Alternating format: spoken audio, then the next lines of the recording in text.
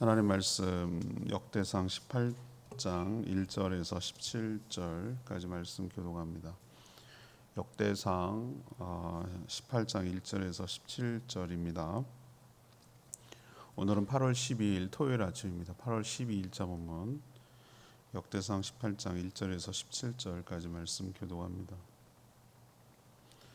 그 후에 다윗이 블레셋 사람들을 쳐서 항복을 받고 블레셋 사람들의 손에서 가드와 그 동네를 빼앗고 또 모압을 치매 모압 사람이 다윗의 종이 되어 조공을 바치니라.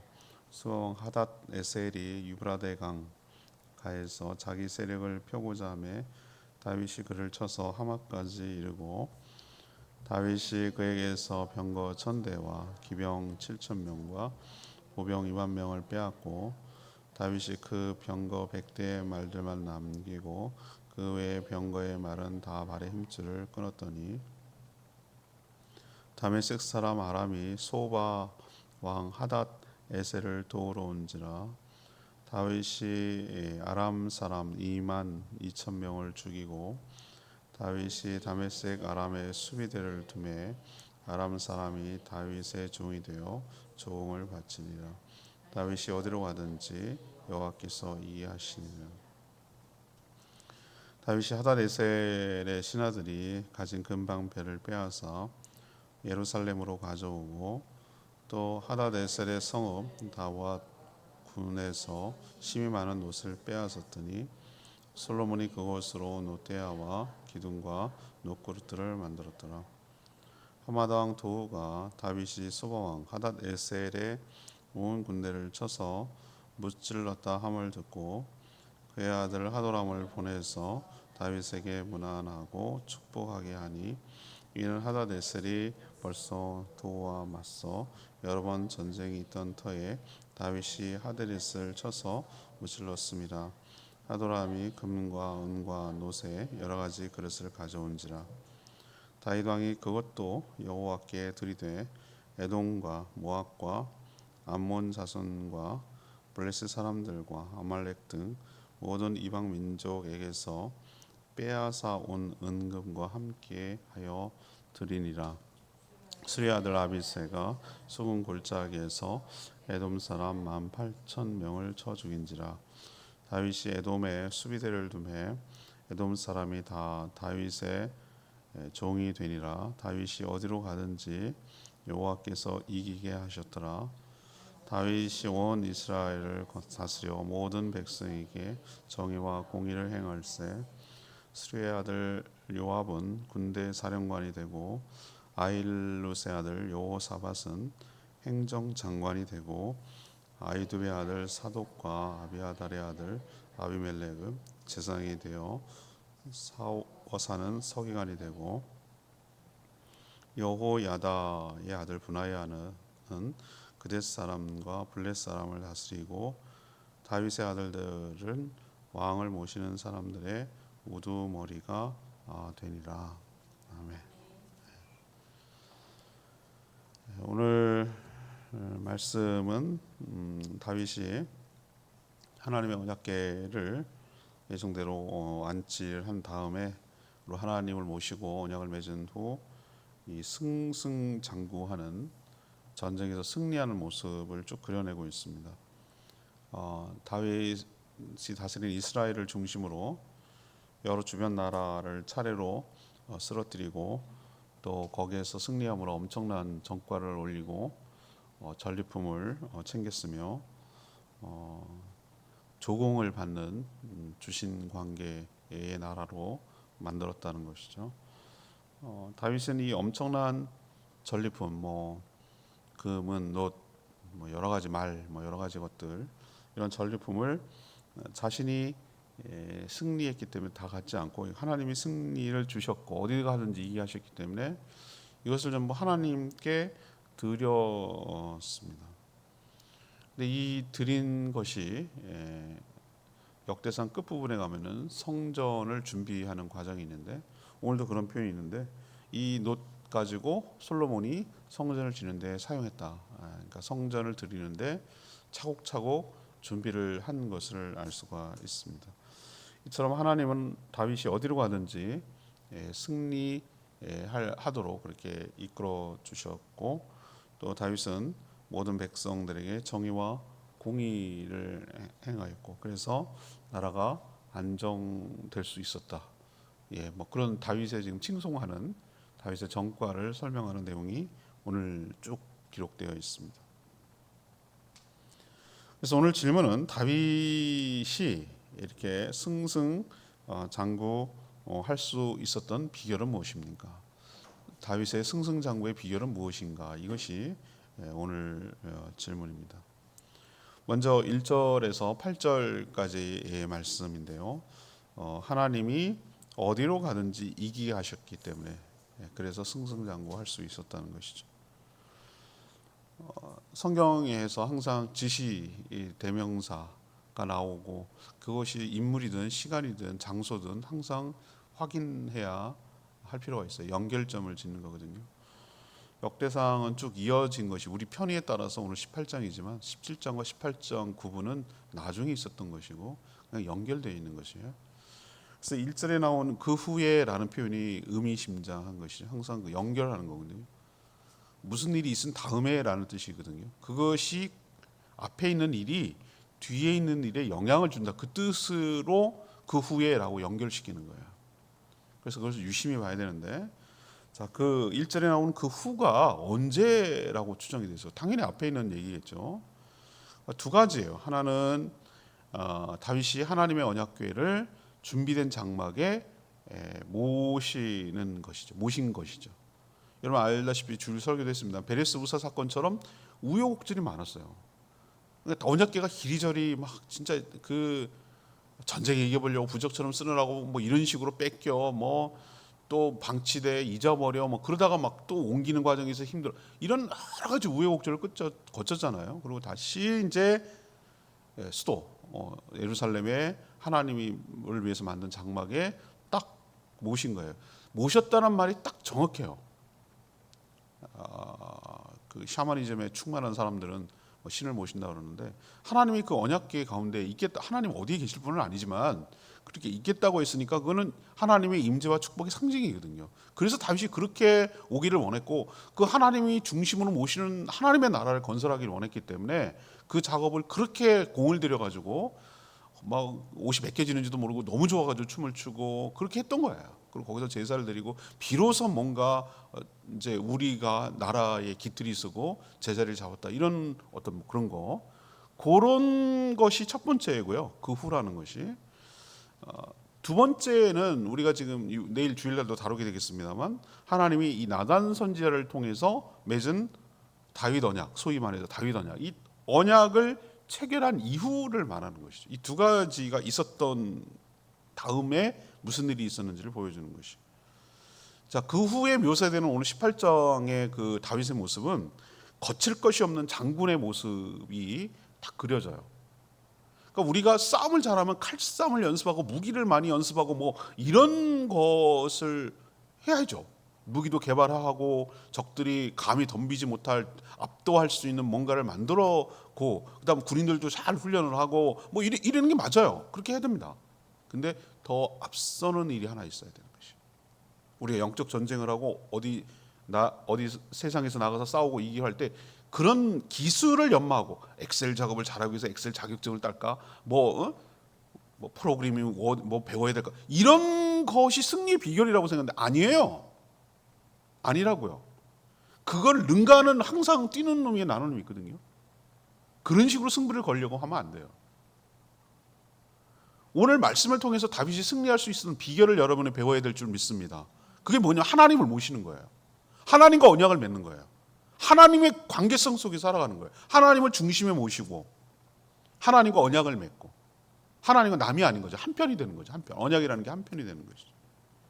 그리고 나서 하나님과 함께 싸워나갈 때 이거는 겉은 내가 싸우는 거지만 사실은 누가 싸우는 겁니까?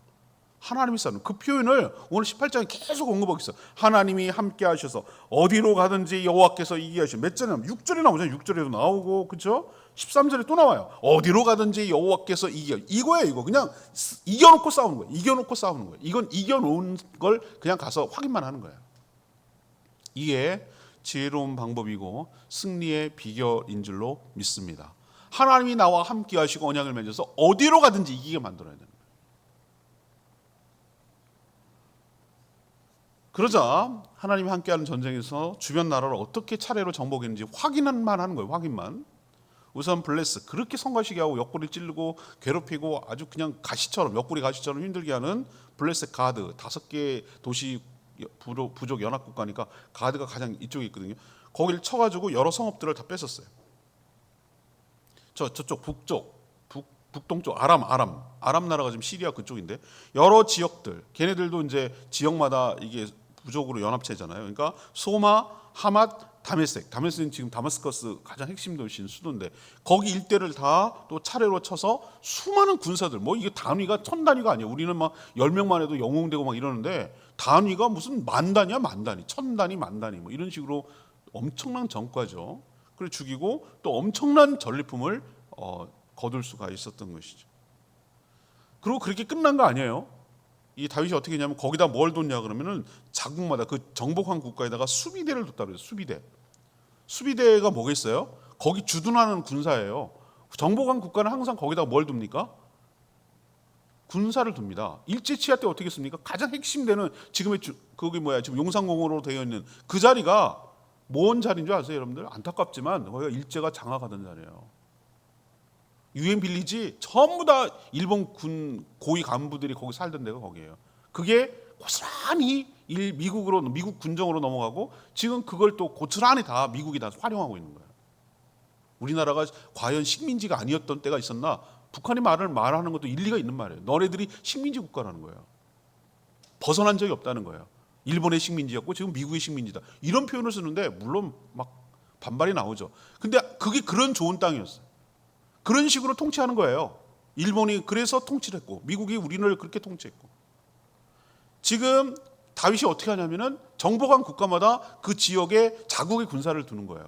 뭐 하도록 못하도록? 덤비지 못하도록, 까불지 못하도록, 싸우지 못하도록 아예 초반부터 딱 장악을 하는 거예요.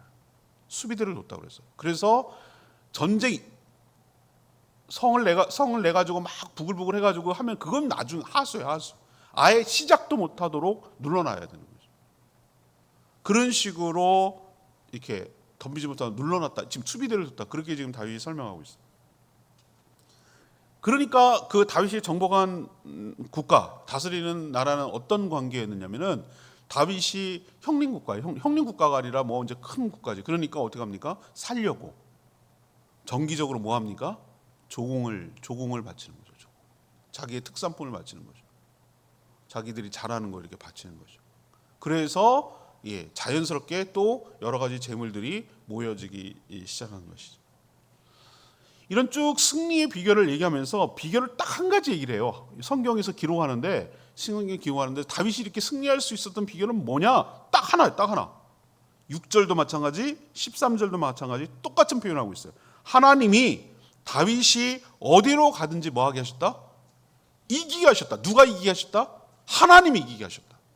다윗이 잘 싸워가지고 이긴 게 아니라 하나님이 이기도록 하셨다. 이거는 이길 수밖에 없는 전쟁이다. 이런 얘기를 표현하고 있는 거예요.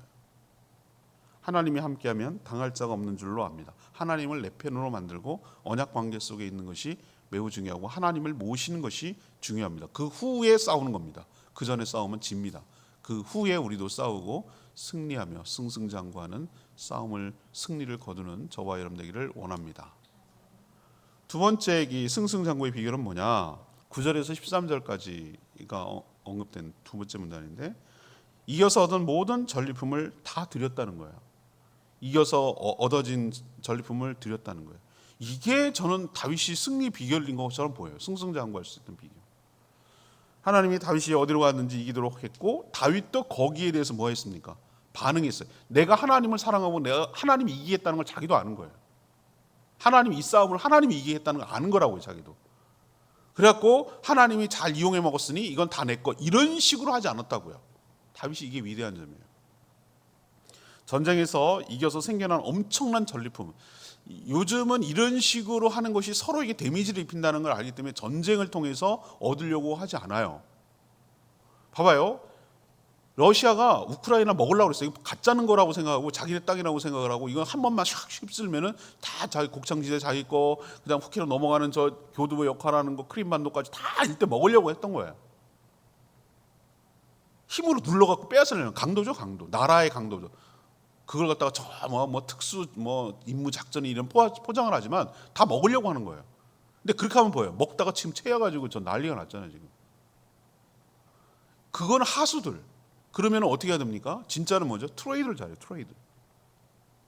적절하게 이렇게 해가지고 우리 같이 자원이 없는 나라는 원자재를 수입해서 2차 가공품을 만들어가지고 그다음 수출을 이런 식으로 하는 나라이기 때문에 이게 막히면 안 되거든요. 우리가 무슨 자원이 있어요? 사람밖에 자원이 없지. 그러니까 우리가 잘하는 것을 팔고 사오고 이런 식으로 해야 죽고 죽이지 않잖아요. 근데 또 경제 전쟁이라는 게 있어서 자기의 자국만의 이 보호주의 무역 보호주의로 나가가지고 나는 안 받고 니네 거는 뭐 이런 식으로 하면은 서로 죽는다는 걸 알아요. 안 싸우고 서로 트레이드를 하는 게 좋은데 옛날엔 그렇게 안 했다니까요. 정글의 법칙. 이기는 놈이 다 갖는 거예요. 지는 애들은 다 잃는 거고. 제로섬이 제로섬. 다 갖는 거, all or nothing. 다 아니면 아무것도 아닌. 이렇게 해버렸단 말이에요. 옛날엔 그랬어요. 그러니까 전쟁이 일상화될 수밖에 없는 거예요. 왜? 살기 위해서, 내가 안 죽기 위해서 이렇게 전쟁을 할 수밖에 없는 거예요. 그래서 이 전리품이 엄청나게 생겼는데 이걸 갖다가 자기가 갖지 않고 이것을 하나님께 드린 다윗을 우리가 도전받고 본받아야 될 줄로 믿습니다. 내가 벌었으니 내 거, 내가 이겼으니 내 거, 이런 식으로 우리는 사고방식을 한다는 거예요. 그게 아니었다는 거예요. 하나님께 드렸다는 거예요. 예를 들어 볼까요? 7절 보세요. 하다레셀 아람 쪽의 한 도시 국가인데 하다레셀 신하들이 가진 금방패를 빼앗아 예루살렘으로 가지고 왔다 그랬어요. 여러분, 금방패가 성능이 좋습니까? 아니에요. 여러분, 순금은 물렁물렁합니다. 이렇게 막. 여러분 아시잖아요. 금메달 때 그게 어디서 나오는지, 이게 진짜 금인지 아닌지 옛날에 서부 개척 시대에 이렇게 물어봐서 물렁물렁하거든. 진짜 금은. 왜 다 올림픽에서 금메달 따면 막 이빨 들고 이렇게 하잖아요. 그게 왜 나오는지 사람들 모른다고. 이게 금인가라는 걸 확인하는 거예요. 이게 금인가? 그 금메달은 오로지 금은 아니에요. 예, 물어보니까 속은 아는 거고 겉에만 금이에요. 겉에만. 그것도 대단하지. 그것도 겉에는 아무튼 그렇게 하는 건데 금방패는 뭐냐면은 장식용, 그러니까 일종의 금괴예요. 금괴. 이거는 싸울 때 나와가지고 번쩍번쩍 눈부시지 뭐 이렇게 해가지고 이기는 그런 게임이 아니고 이거는 뭐라고 하지? 금괴를 금방패 모양으로 만들어 놓은 거예요. 일종의 금괴. 그걸 또 엄청나게 가져왔다고 그래서 오늘 7절에 전리품을 얘기하는 거예요. 그리고 다 디브앗도 역시 마찬가지. 그쪽 지역의 하나인데 그때 거긴 또 노이시에요. 동, 브론즈. 노크를 할 때 그 노, 그거를 엄청나게 가져왔는데 제가 아까 서두에 말씀드렸죠. 이것이 훗날 성전에 뭐 기둥 감싸고 뭐 노크를 만들고 하는 성꾼을 만드는 녹여가지고 재료로 사용했다. 그러면 솔로몬은 제일 9월 3일 주일날 설교하겠습니다만 솔로몬은 뭐 한 거예요? 다윗이 다 준비해 놓은 거 그냥 갖다가 한 거 녹여갖고 한 거예요. 다 아버지가 준비해 놓은 거예요. 내가 보니까 기술자 붙여나 뭐 붙여 다 한 5% 그건 너무했나? 90% 정도는 다윗이 한 거예요. 설계도 줘, 재료 다 자재 줘, 인부 갖다 붙여줘, 기술자 갖다 붙여줘, 다 해놨어요. 다. 그냥 솔로몬이 하기만 하면 돼. 그 정도까지 만들어놨다고. 근데 그게 다윗이 어디서 났나? 오늘 나오잖아요. 이런 식으로 디브아드에서 뺏은 군을 차곡차곡 노릇을 쌓아가지고 챙겼죠. 4절에 보니까 또 빼앗은 말과 병거도 전리품으로 챙겼죠. 욕심내지 않았어요. 다 필요한 것만 하고 딱 100만 갖고 나머지는 다 못 쓰게 만들어놨어요. 자, 이런 소문을 듣고 이번에는 전쟁하지 않았는데 기다리다가 내가 죽겠다. 적에 적을 치니까 친구네. 이런 식으로 생각하는 사람들이 생겨나죠. 그죠? 그러니까 어떻게 해요? 선제적으로 선수를 치는 거예요. 먼저 다윗을 찾아와서 화친을 청한 하맛 왕 도우도 있어요. 하맛 왕, 그 위에 있는 북쪽에 있는 하맛 왕을 아예 찾아왔어. 싸워서 죽느니 어차피 뺏기느니 뭐 하는 거예요? 찾아오는 거예요. 그래서 왕자 하도람을 통해서 은금, 놋, 여러 그릇. 이것도 역시 그릇이라는 개념도 있지만 뭐 하는 겁니까? 이거는 보관용 일종의 금속 보관하는 방법이에요. 그릇을 만들어가고 보관하는 거죠. 그래서 선물로 10절에 가져왔다 이런 표현을 썼어요. 자, 전쟁에서 전리품, 이번에는 조공, 세 번째는 선물. 어떤 경로로 재물이 모여지는지 느끼죠? 자, 그게 중요한 게 아니고 이런 경로로 어떤 경로로 다 모인 것들을 11절 보세요. 다윗이 싸워서 이겨서 생긴 전리품이든 화친을 위해서 가져온 선물이든 모두 다 어떻게 했다고 그랬어요? 함께 해서 하나님께 드렸다고 그랬잖아요. 하나님께 드렸다고 그랬잖아요. 이것이 나중에 성전을 지는 재료로 사용했다고 그랬어요. 전 이게 다윗의 승승장구한 비결이라고 저는 믿는 거예요. 그는 자신의 힘이 아니라 하나님이 함께 하셔서 승리할 수 있었고 이 모든 것들이 생겨난 것이 하나님이 도와주셨기 때문이라고 믿기 때문이에요. 그래서 드릴 수 있었던 것이. 그래서 역대상 마지막 주일 설교를 준비 끝냈거든요. 9월 3일이 그거예요. 근데 이 내용을 내가 언급하는 거예요. 뭐냐? 내가 싸워갖고 피 터지게 싸워가지고 목숨 걸고 싸웠으니까 내 거지, 우리 군사들 거지 라고 다윗이 생각하지 않았기 때문에 승리할 수 있었다고. 우리로 칠까요? 우리로 쳐볼까요? 아니 내가 진짜 이 땡볕에 말이야 죽을 고생하면서 벌어갖고 말이야 비굴하게 비비고 내가 말이야 아부하고 막 진짜 비 맞춰가면서 내 속 다 긁어가면서 내가 얻었으니까 내 거지 내가 이렇게 고생해서 얻은 건데 라고 생각하면 안 된다고요. 제 말 이해하시겠어요? 예. 하나님이 함께 재물을 얻을 수 있도록 승리할 수 있도록 함께해서 이길 수 있도록 해주셨기 때문에 이 재물이 얻을 수 있었을 줄로 믿습니다. 내 것 아니고 하나님의 것이오니 하나님의 것을 하나님께 드리옵니다 라는 것이 9월 첫 주의 설교 내용이에요. 이 내용이 포함되는 거예요. 우리도 우리에게 얻어진 것들을 하나님 은혜로 알고 하나님의 축복인 줄 알고 하나님의 것을 하나님께로 드리는 저와 여러분 되기를 원합니다. 이렇게 살았으니까 보세요. 여러분 입장 바꿔 생각해요. 여러분이 하나님이야. 다윗이 이렇게 해. 여러분 어떤 마음이 들겠어요? 그 마음이 너무 이쁘지 않아요? 그 마음 쓰는 게 하나님 그 은금 이거 다 필요 없는 분이에요. 하나님 성전도 사실 필요 없다고 얘기해서 그걸 거절했잖아요. 근데 그 하나님을 향한 다윗의 마음은 너무 좋은 거예요. 기쁘신 거예요. 그래서 축복하시고 언약을 맺고 이랬잖아요. 그런 것처럼 이 하는 거 보세요. 지가 싸워서 이겼다고 지가 다 차지하고 그러지 않고 하나님께 드리는 거 보세요. 여러분이 하나님이라면 어떻게 하겠어요? 너무 기쁘고 재밌는데 또 이기기 위해서 이렇게 하는 걸 보고 싶잖아요. 그 마음을 보고 싶잖아요. 저희가 하나님이라면 계속 이기게 하겠어요. 실제로 계속 이기게 해요. 왜? 이렇게 살아가는 다윗을 축복하지 않을 수가 없어. 왜 나는 되는 것보다 안 돼요? 나는 왜 뒤로 넘어졌는데 코가 깨져요? 뭐 하는 일마다 일 꼬이고 망해요? 이유가 있지. 하나님과 배제하고 네가 잘해서 네가 혼자 독식하고 먹으려고 하니까 그렇지. 오늘도 이것은 우리에게 중요한 교훈을 줍니다. 이게 남 얘기가 아니고 옛날 얘기가 아니에요. 저는 하나님의 말씀이 항상 우리를 향한 하나님의 메시지가 있다고 저는 하는 거고 그 옛날 얘기를 우리의 삶의 메시지로 바꾸는 게 제 일이고 오늘 이 말씀을 통해서 여러분들이 어떻게 살아야 되는지 지혜를 얻는 것은 여러분의 몫이에요. 여러분도 얻어진 것 중 특별히 11조가 모든 생활의 그 헌금의 기본인데 그렇게 하나님께 온전히 드릴 때 드리는 거에 비해서 어마무시한 축복이 여러분 삶 가운데 부어지게 될 줄 믿습니다.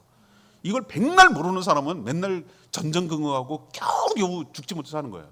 근데 이걸 깨달은 사람은 아는 거예요. 어떻게 해야 되는지를 아는 거예요. 예. 그럴 때 하나님의 축복이 계속 이어진다는 걸 알고 승승장구한다는 걸 알기 때문에 그렇게 사는 거예요. 그 차이예요.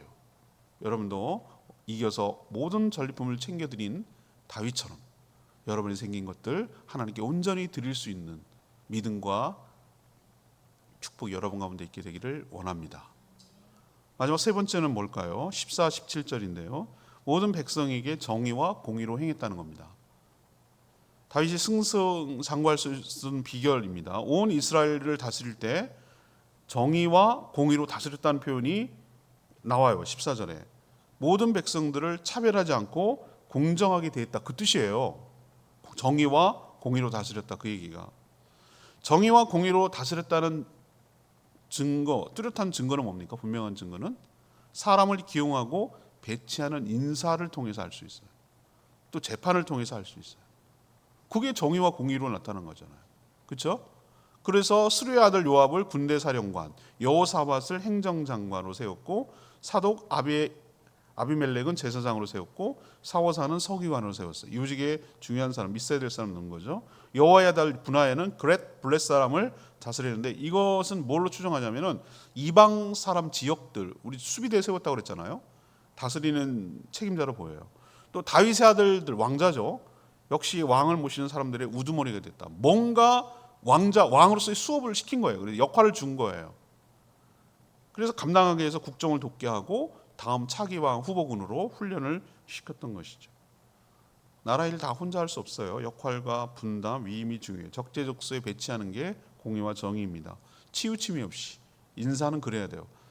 나랑 친하다고 이렇게 하는 게 아니라 정말 필요한 사람을 적재적소에 배치하는 것, 능력도 안 사람을 친하다는 이유로 갖다 하는 그런 개념이 아니라 공의와 정의로 다스렸기 때문에 백성들을 나라가 하나님이 그에게 축복하셔서 나라가 다윗이 승승장구할 수 있었던 비결이 여기 있는 거예요. 여러분 정의와 공의로 살아간다는 게 얼마나 어려운지 몰라요.